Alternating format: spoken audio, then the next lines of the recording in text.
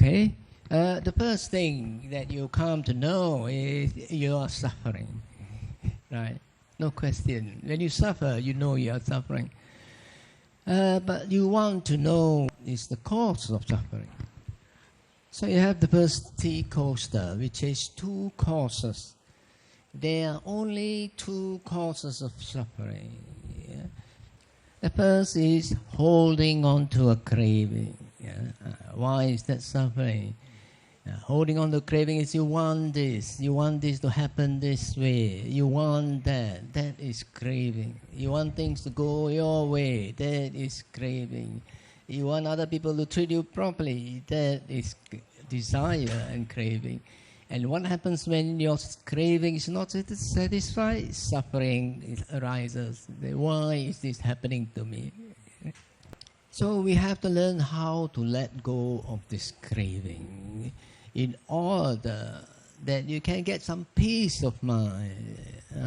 Because suffering comes from craving. The suffering arises when your craving is not satisfied. Now the second cause is holding on to a view. Now a view means a view of self, who you are, and a view of others, who they are. Who we are is just only a view. You must remember, it's only a view that you created. You are not like that. Other people are not like what you think they are. You see, it is our thinking which makes up this view of who we are and who others are. Bhante has investigated, trying to find out who Bhante is. And then in the end, I just arrived to the point that it's only my view. How I create this view of myself. How I create the view of others. So that's the view, right? Nothing else.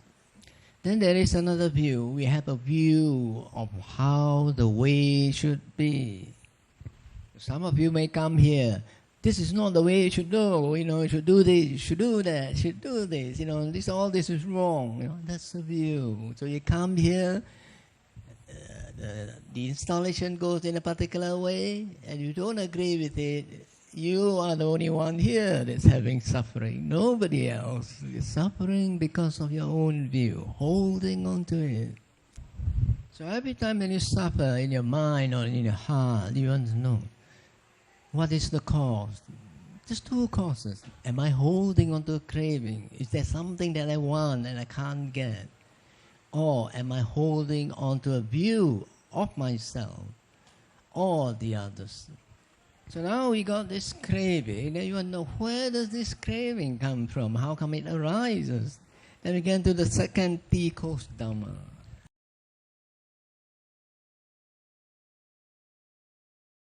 Now the second T course Dhamma says, craving arises due to feeling. Feeling arises due to contact with mental-identikits. Craving does not arise from anywhere else other than feeling. Feeling only arises due to contact with mental-identikit. This is dependent origination. It's something which the Buddha taught. And we just have to know these three things, that's all. The mental-identikit, when we see something, we do not see the thing. We see our own mental-identikit.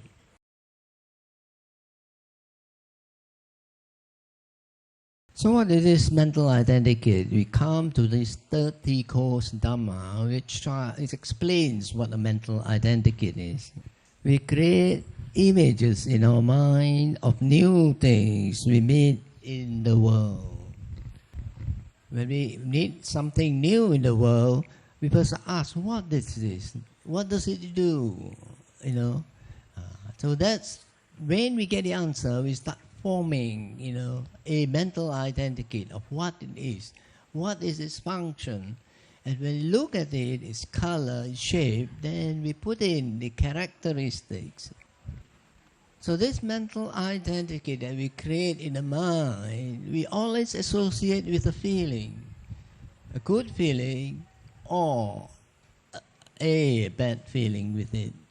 If we have a neutral feeling in it, we're not interested in it. We do not want to know about it. So some of you may have met Bhante the first time, so you'll start creating your mental identity of what Bhante is. Or create mental identity of who Ajahn Matiko is. Right? So it sticks in your mind. And then when you compare your mental identity with other people, you find that it's different. So the next time we meet the same thing again, we don't create anymore. We project this mental identity onto the thing or to the person.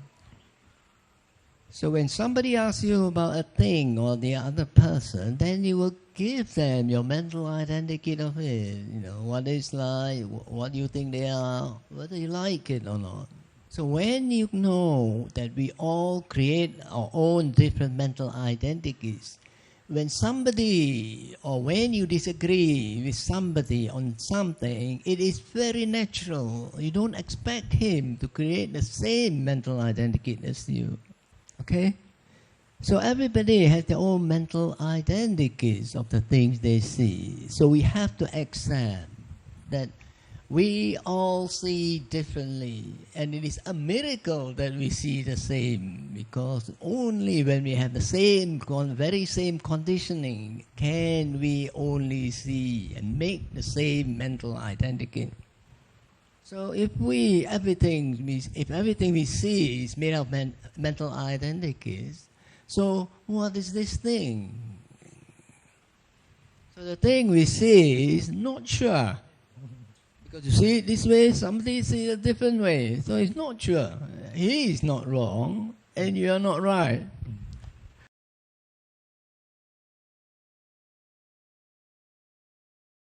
So we come to this Dhamma Kakosata about not sure. So not sure is empty of what is right and what is wrong. It is empty of what is good and empty of what is bad. Empty of what is beautiful and ugly. Empty of any certainty. It's uncertain. See, it's empty of everything, because whatever it is just our own created mental identity. So whatever it is, when we see things, they are beautiful or ugly, good and bad. Everything in the world is not sure. This not sure is first taught by Ajahn Chah. He says that not sure means uncertain. We cannot be sure of anything. Bhante has extended this teaching of uncertainty into a teaching of emptiness. That means it's empty of any quality, because any quality comes from us, not in the thing itself. So if somebody asks you, is this beautiful or not? You say, not sure. If you say it's not beautiful, then there's an argument. You say it's beautiful, they might say, oh, you're just trying to say the same thing as me. So he wants to pick a quarrel with you. So when you say not sure, it's empty, which is emptiness, that means you haven't said anything. He cannot argue with you. Right? He cannot forward another argument. Whatever he forwards, he says, not sure. So we do this with our mind. When we think, oh, this thing is really great, I must have it. Then tell yourself it's not sure. So if you think your own way is the best way of doing it, the other person's way is rubbish, then you say, not sure to both. So when you start saying not sure to things, then it stops your mind thinking. Because when it hits not sure, it hits something empty, and then the mind drops the thinking.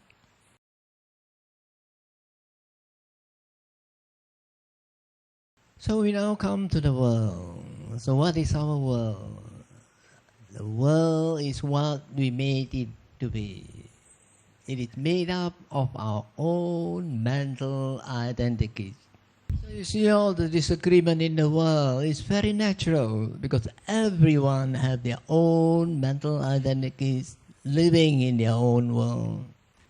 So we cannot know another person's world until we start learning about their mental identikits. So in other people's world, you want to know how they see themselves and how they see others. There's nothing wrong with the way they see the things. There's nothing wrong with the way they see things. It is due to their conditioning. We live in the world, in our own world, because of our own mental identity. So it's up to us to make it a happy world or a depressive world. It has nothing to do with the world. Don't blame the world. The world is the same for other people. Blame on how you create your own mental identities of the world. You have your own responsibility. Because we live in a world of our own creation, by our own mind, the Buddha cannot liberate us from our own world. We can only liberate ourselves from the world by understanding the mental identities that we create for ourselves. So you are the only one. There's no one else. Because you create this world within yourself, in your heart. So the problems lies within you and the solution lies with you.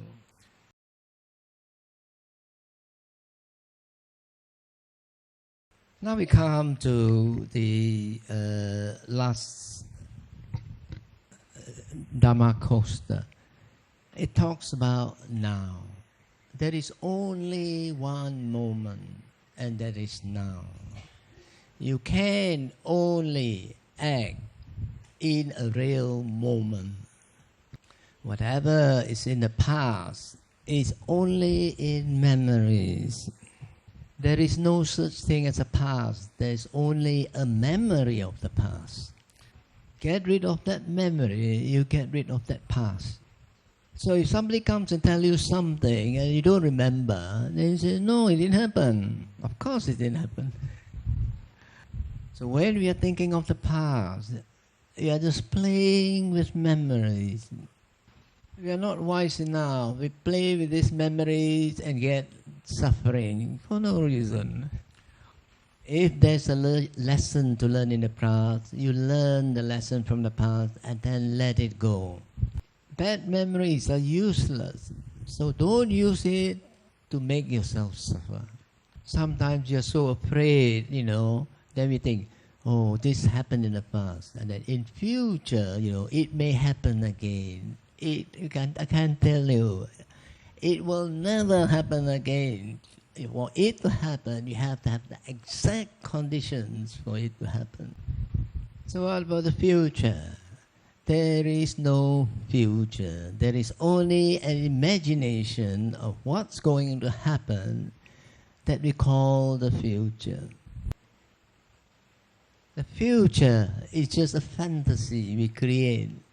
Or it is a nightmare we create. You want to know the future?